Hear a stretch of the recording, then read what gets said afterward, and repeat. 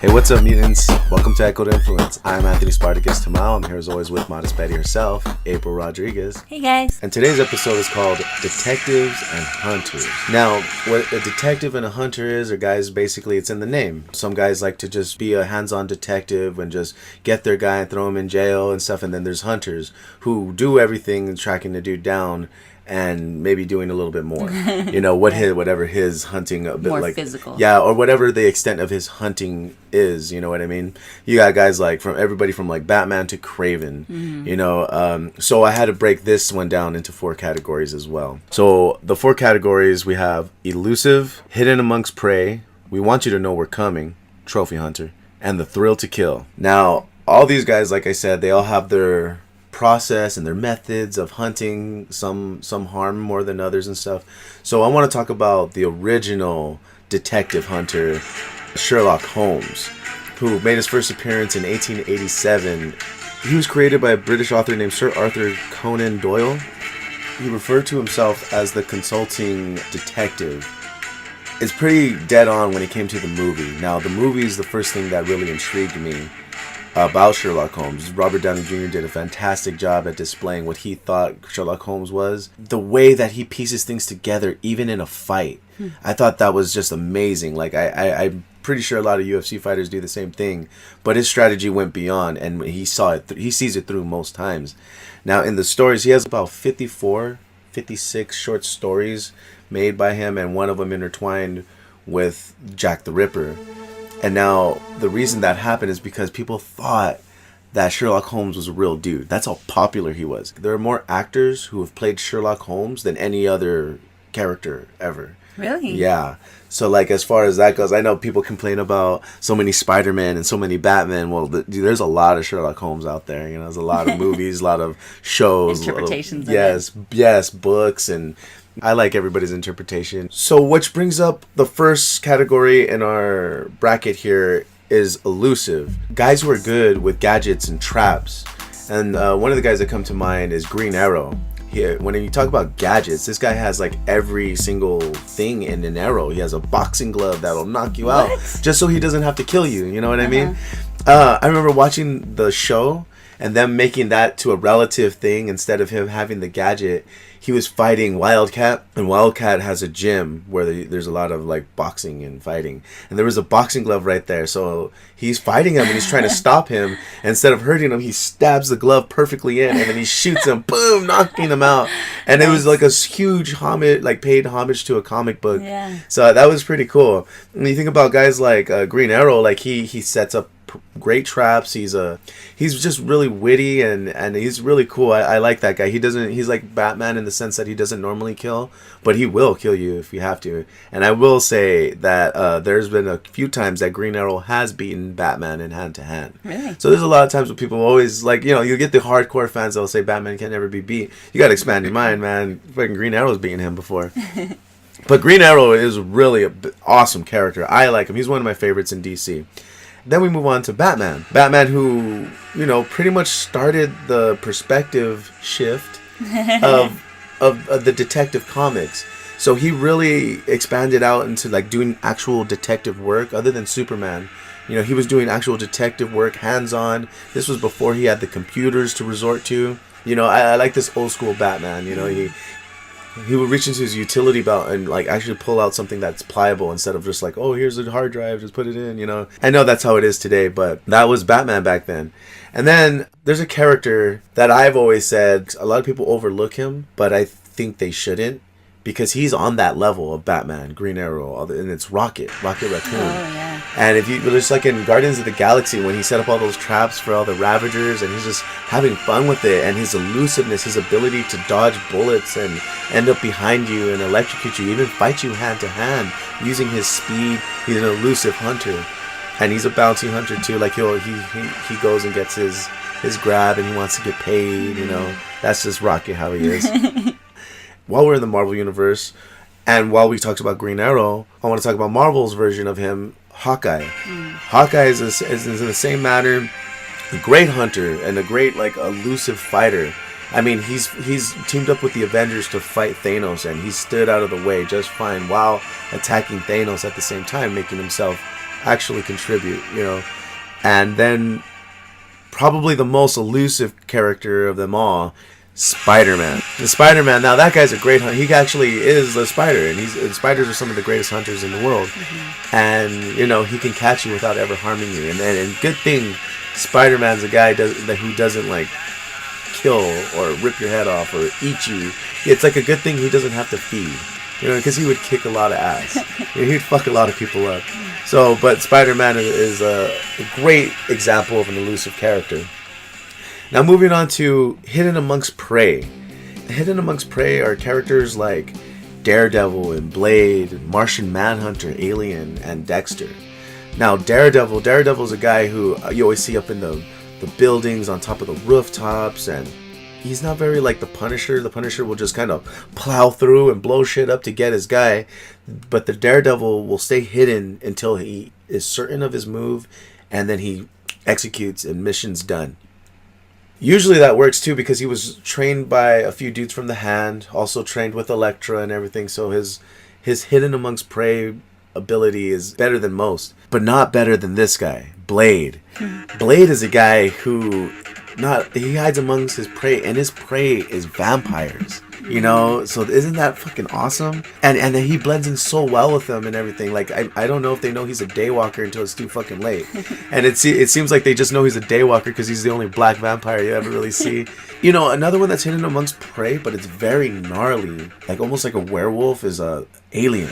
They're well hidden in the darkness, and there's these huge, big-tailed things that we don't see until it's too fucking late because they're constantly hiding among us. I would say like Predator is like that too, but they're not very. They're more of a trophy hunter. We'll get into them in a bit. Have you ever seen the show Dexter? Yes. Yeah. What did you think of it? I liked it up until like the 5th season, I think it was. I thought I didn't really watch past it, but it was a good show. It was very interesting. Well, Marvel had taken over the name, I think, and they made him into a comic book, and it's pretty good. But Dexter is hidden amongst prey because he knows his way around the law enough to not get caught, and at the same time he fulfills his need. There's a complexity to Dexter though, which we'll get into later as well, because he's not just a hidden amongst prey character. He also fulfills his need to, like, he has a thrill to kill as well. So that we'll get into that later. I wanted to get into our third category. We want you to know we're coming. Now, these are trophy hunters. Like, and the number one trophy hunter that comes to mind is Kraven the Hunter. If you know anything about Kraven, that dude is like the ultimate vegan. You know, he's like, he eats nothing but organic stuff. And I believe when he first started out, he wasn't hunting animals. Like, he was actually researching to save animals. And he had a woman, and she ended up dying. And so his vengeance fueled this. Like, he was just trying to fill the void, and by hunting things that he once loved, which is crazy. Like I said, as a scientist, him and his wife, they were always coming up with different tonics and different methods to heal, and they're just the most organic stuff. And they came across a compound that kind of reflected that of Black Panthers. He took it and he got really strong, really like peak physical strength and everything. And this dude continued doing that by eating the right things, and he hunts everything. When you first meet this guy, his number one prize is, I want to fucking hunt Spider-Man. I want to kill that dude. And then he meets all these other dudes. Oh shit, there's a rhino, there's a lizard man, and there's this symbiote thing. Like, he gets really happy and turned on by the idea of hunting these vicious beasts.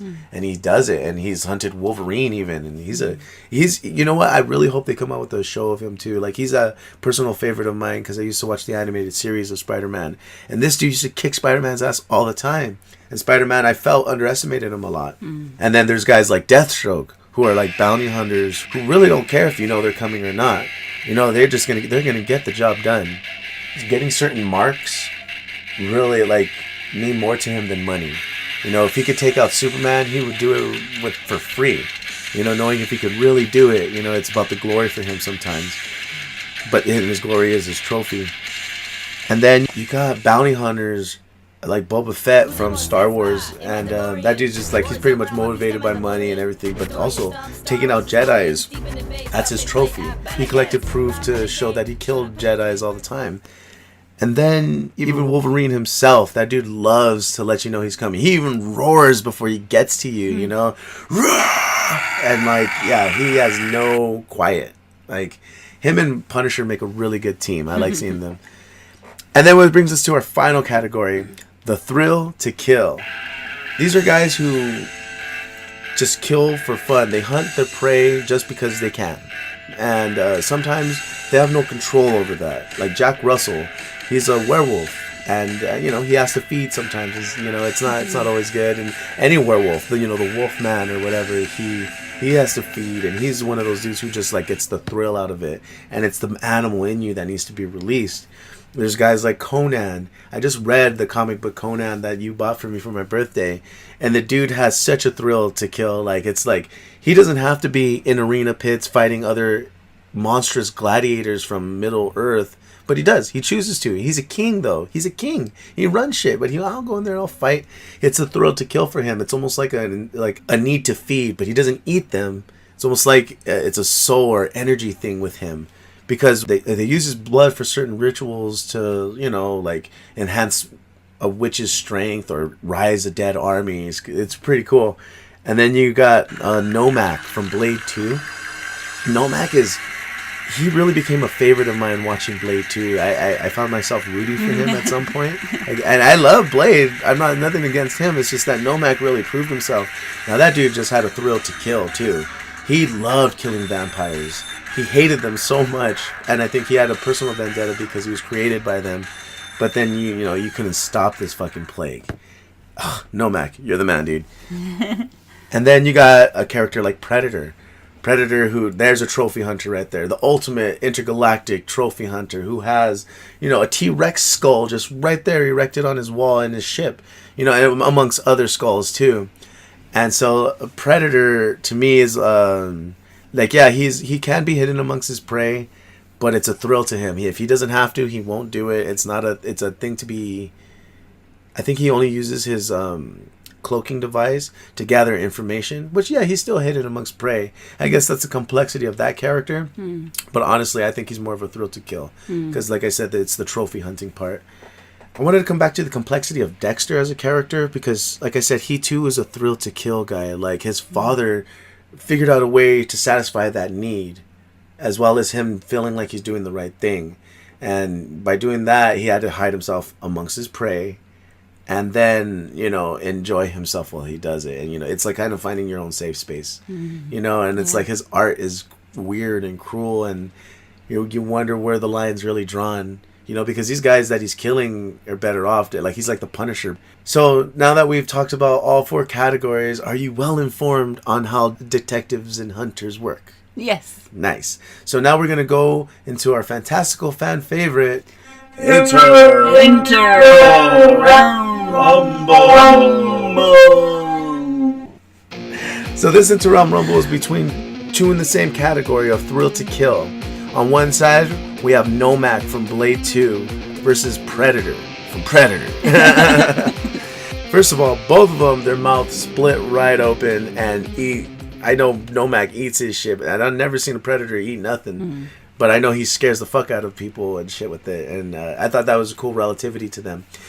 First, I want to go over Nomak. He seemed to be like a professional hand-to-hand combatant. Like he was a spec ops for Russia, probably. They never really got into that story arc from the movie.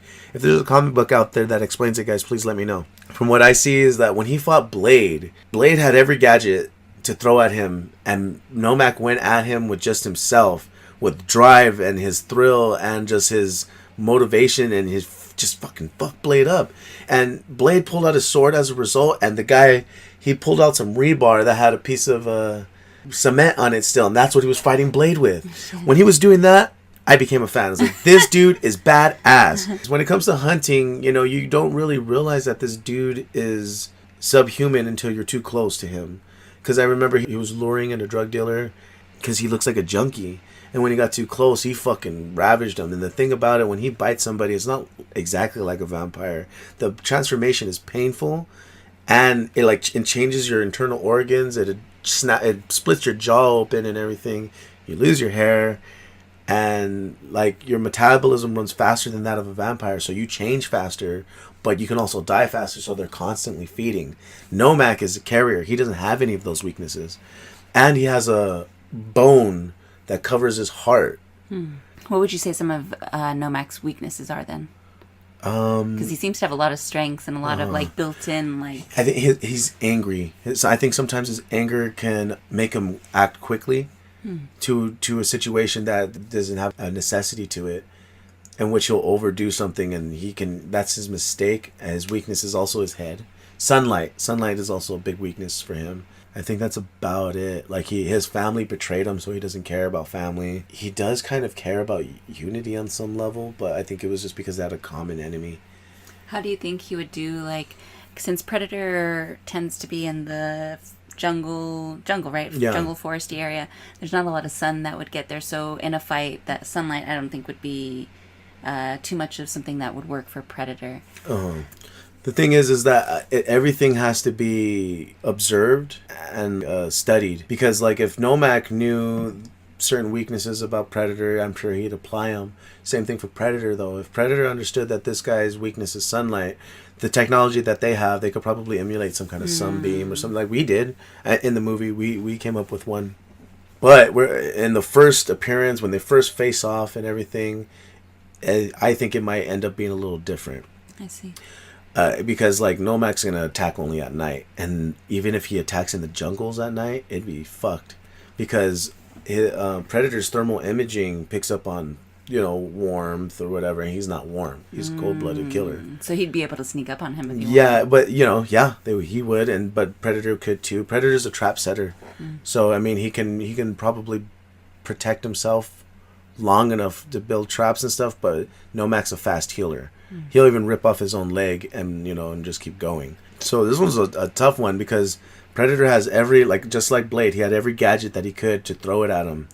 And even chemical warfare, where he injected him with EDTA, it cures blood clots, but for vampires it has a different effect, and it has an electrical effect that makes their heads explode. Okay. And Blade, like, injected him with a bunch of them. Like, he has, like, these knives or these injections that come out of his fist, and he started punching Nomak, injecting him with it. And nothing, like, he was fighting it, though. You can see it was, like, fucking with him, but his body just healed.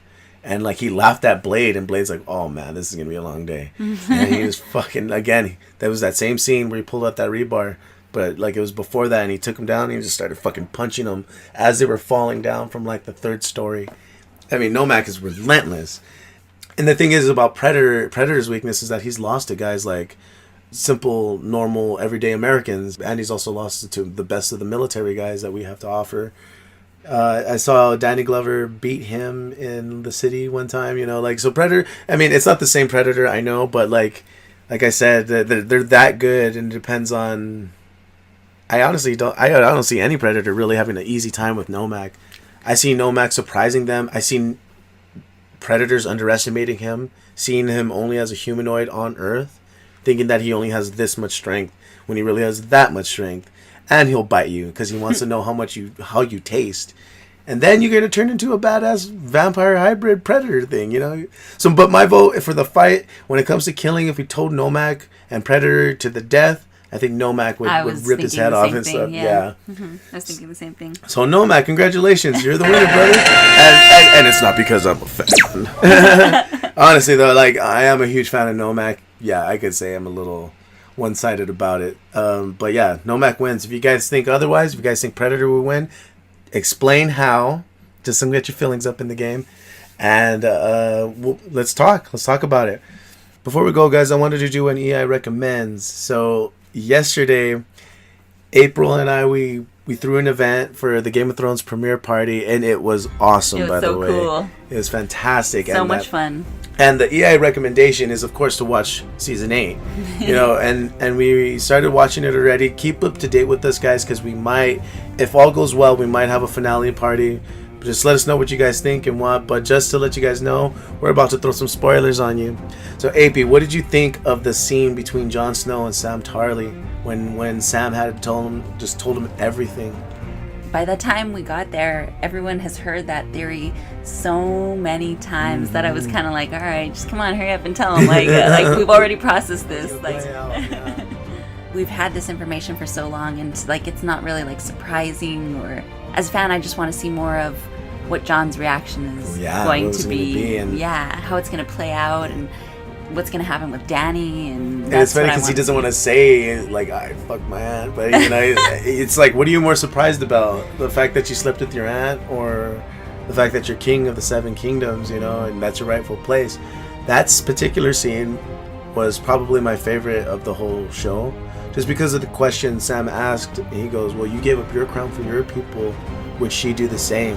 That really set the whole plot for maybe the next 2 episodes, I believe, which is pretty cool. And I mean, I what do you think? Do you think Danny's gonna do what John does, or do you think they're gonna have some kind of conflict? Well, I get the feeling that it's gonna be kind of like Michael and Jim when they had to be co-managers. Yeah. I think it's hard for someone who's micromanaging me. I think it's gonna be hard because she feels she's been in that position for so long, and she's been looking for a king, but it seems like she's been looking for a servant better, not really a king, more not a partner. So it's going to be hard because here's a real genuine opportunity for an actual partnership, just like Varys and the Onion Knight were talking about, how, you know, you have an honorable man and a just woman, and they could rule really well together. But it's like you said, she's going to need to bring herself down a peg and realize that it's like co-parenting instead of... Do you think that there was like a foreshadowing when Varys said things don't last? She goes, they don't know, like they don't care to see it, but things don't last. And I think that was a foreshadowing that everybody's going to die. Not just that, but that there's a conflict between them that would happen because of this. And like I said, like real quick, I have that theory of the angry dragon. I can't get that image out of my head of him, like, just, he looked fierce and angry. And, the green one didn't look as angry. He kind of looked like he was just looking. But my theory is that the dragon bonding between Targaryen and, between them and the Targaryens, it's real and it's sacred, I believe, to them. So the dragon might, from now on, defend Jon Snow. You know, I don't know. I mean, it's my little theory, but like if Red Dragon gets mad enough and tries to harm Jon, Green Dragon might step in and do something about it, you know, and that might cause more conflict. But it might also cause Dany to stay, because if she leaves, Green Dragon will stay with Jon probably, and she don't want that. So it's a lot to like to think about. Yeah. That's all the show was. I mean, at first I was telling AP I was upset on how there was just a lot of talking, and that's fine. It's set up for a lot of things. It's the first episode of the season. They usually are a lot of talking. And I just want to give a shout out to Rob McKeely, who was in the scene where he got shot in the eye, and it was when Theon went to go save his sister. And, you know, it was something about that scene when I first saw it that was like, why is this funny? Why was that whole scene, why was that funny to me? And then watching it again with April this morning, and I was like, dude, that's Rob McKeely. Like, and then I look on his Instagram, and wouldn't you know, like, there it is, like, he has an awesome picture of himself when he's shot in the eye. And it's like, man, it's going to be hard to do ocular pat downs now, Mac. And real quick, I want to go into the theory about Sam. How he's been more and more heroic, and how his end might be coming, though, like, but he's gonna go out in a blaze of glory, because in the commercials you saw Jorah with Heartsbane, so you can only assume that Sam either gave it up or is dead. And he has all this knowledge of the Night King. He had said that he was tired of reading of better men. He basically wants to be one. I thought it was like foreshadowing as well. But other than that, guys, watch the show. If you're not caught up, just go ahead and take your time and watch it now. You know, it's a few weeks, and by the time you're done watching it, all of season 8 would be done.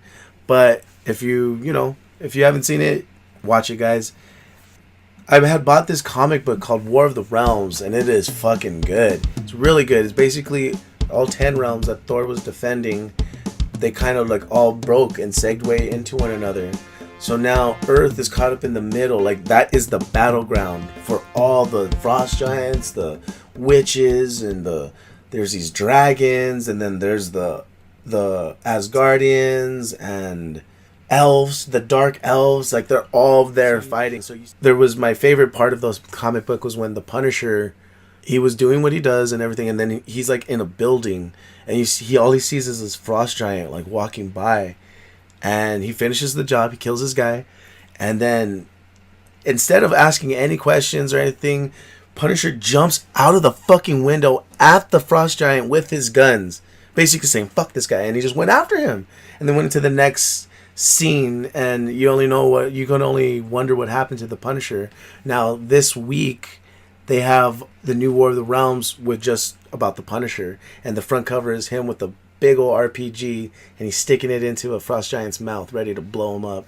And he's doing this shit as easy as Thor's doing it. So I think now we can probably pick up the ante with the Punisher now. Not just keep him on the ground anymore. He fights Frost Giants and shit like that, and that's not easy. He's fighting dragons and everything. This is the man right here. Give him a little bit more credit. And then I wanted to talk about Black Panther versus Deadpool. I also was reading that comic, and I just wanted to speak on the diversity of the fighting skills. Because before that, I read Punisher versus Deadpool.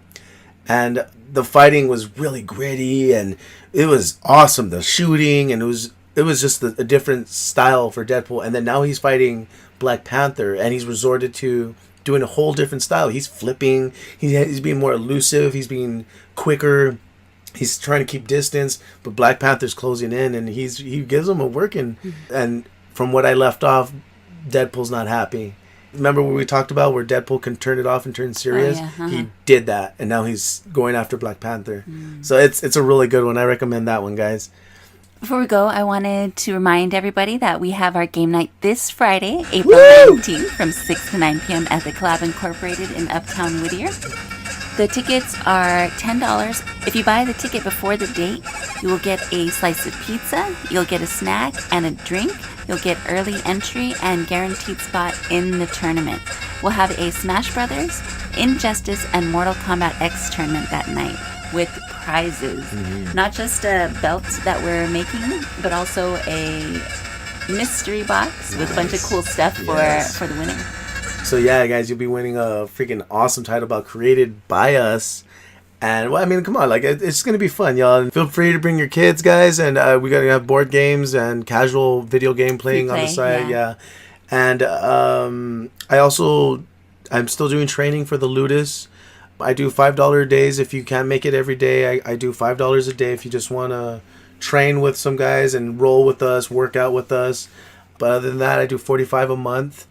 Like I say every time, guys, you'll be around a lot of cool, like-minded people who are just here just to work hard and better themselves.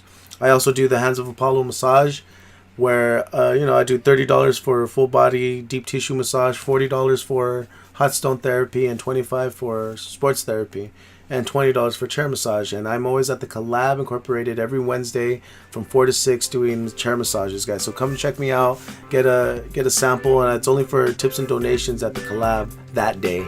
All right, guys. Well, that's about it. Thank you for joining us for this one, and this one was a lot of fun. Next week we'll be having a review for Endgame, so be sure you guys go see Endgame because we will be dishing out some spoilers. All right, guys. Well, take it easy and have a good one. Bye. Peace. Yeah. Break it down. Stop. Break it down. Stop it now. Yeah. Because they're going to keep on hearing.